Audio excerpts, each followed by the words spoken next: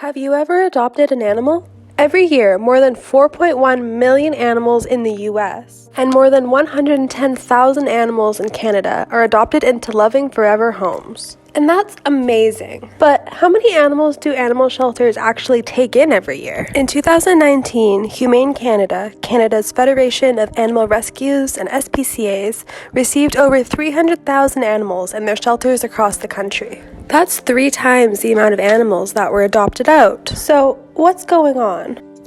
This graph shows the final outcomes of cats and dogs as a percentage of relative shelter population using data from 2019. We can see that 53% of animals got adopted, 17% were redeemed or returned to their owners, and 12% were euthanized. But what is euthanasia? Euthanasia can be defined as a good and graceful assisted death with the purpose of helping the animal. Animal shelters may choose to euthanize an animal if they don't have enough space to care for all the animals in their care, they don't have the resources such as staffing or food to care for the animal, or if the animal is sick or has behavioral issues that will make it unadoptable. Now, I have a question for you. Have you ever heard of a no-kill shelter? If so, do you know what it means to be a no-kill shelter?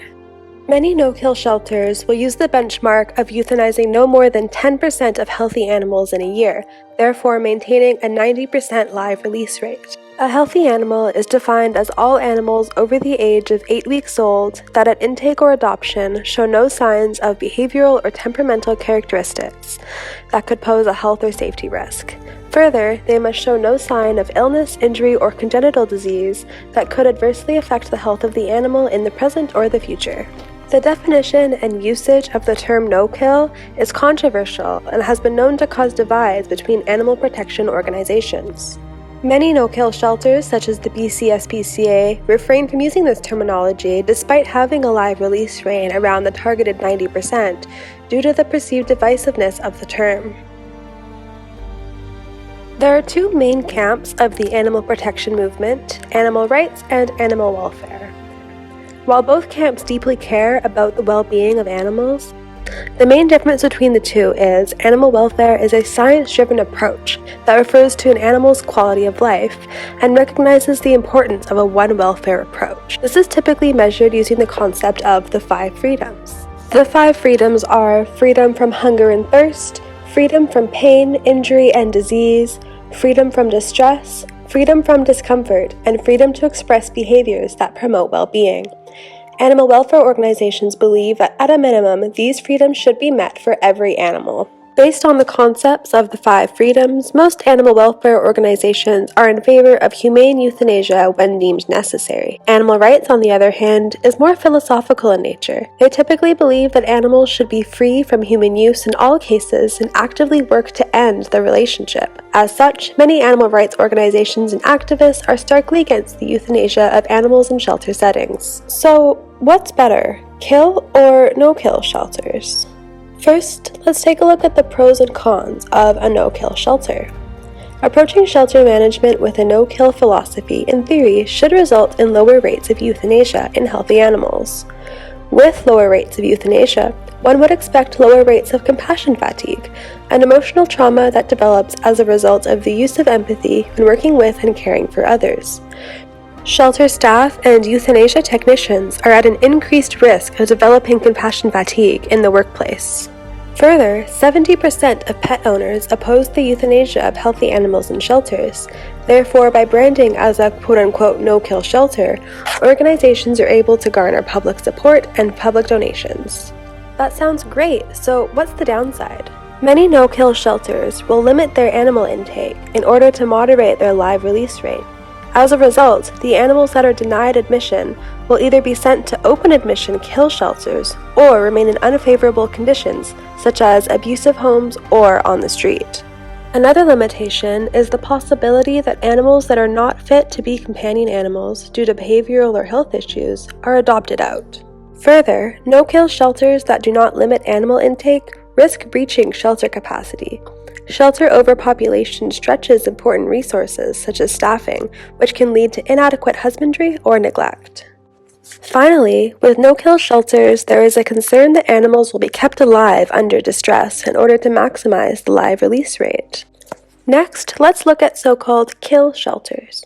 On the positive side, these shelters are often open admission, increasing the amount of animals they are able to take in and help. Animals that are in distress will be humanely removed from their suffering via euthanasia. Further, these shelters will be able to better manage their resources as they will be able to control their capacity and shelter population. And finally, only animals that are fit to be companion animals will be adopted out, therefore improving the experience of the adopters. On the flip side, critics argue that this model of shelter management will result in the unnecessary death of healthy animals. As such, the increased rate of euthanasia will result in higher rates of compassion fatigue, which could compromise the efficiency of the shelter. Further, critics worry that kill shelters will euthanize animals before they are even given a chance to find a home. And a concern anytime we are discussing the euthanasia of an animal is that poor technique or untrained staff could increase the suffering of the animal in their final moments. Finally, shelters that do not advertise as being no-kill are often branded as kill shelters, which results in a negative public reputation that could affect private donations. So, is one model really better than the other? Researchers in the animal welfare space all agree that euthanasia is a necessary practice in animal shelter management. Further, the use of no-kill to mislead ill-informed animal lovers about your shelter's euthanasia policy is amoral. Many shelters will actively brand themselves as no-kill while hiding their euthanasia rate from the public. And finally, all shelters, regardless of their euthanasia policy, should work to maximize the number of healthy animals that are adopted out and maximize the number of stray animals that are redeemed as part of their strategy to reduce overall euthanasia of healthy animals. Now, are there any other strategies for animal shelter management? A popular paradigm in the animal welfare space is the concept of capacity for care. Capacity for care is a management strategy that aims to balance a shelter's animal intake with the shelter's ability to provide appropriate care and find positive outcomes for the animals in care. Three main components of the capacity for care model are managing the length of stay of the animal by improving the flow through the shelter, providing appropriate housing for all animals in care, and removing barriers to adoption. The implementation of capacity for care has been linked to decreased euthanasia rates and increased adoptions. Another management strategy is the sanctuary model. This is less common as it can be quite expensive, but it allows organizations to house unadoptable animals in a space where they will receive appropriate care until the end of their natural lives. Companion animal overpopulation is a global problem that is at the root of discussions around animal shelter management. Some estimates suggest there could be up to 600 million unhoused cats and dogs in the world. Sloan 2016 suggests a three-pillar approach to tackling companion animal overpopulation. First, by mandating pet stores source their animals from shelters as opposed to breeders or puppy mills, we would decrease the influx of new animals onto the market. Estimates suggest that 43% of companion animals are purchased from a pet store or breeder. Next, mandating permanent pet identification would facilitate the reunification of lost and stray animals with their owners. One study found that of the 1.9% of animals taken in at a shelter that had permanent ID, 72% were redeemed by their owner.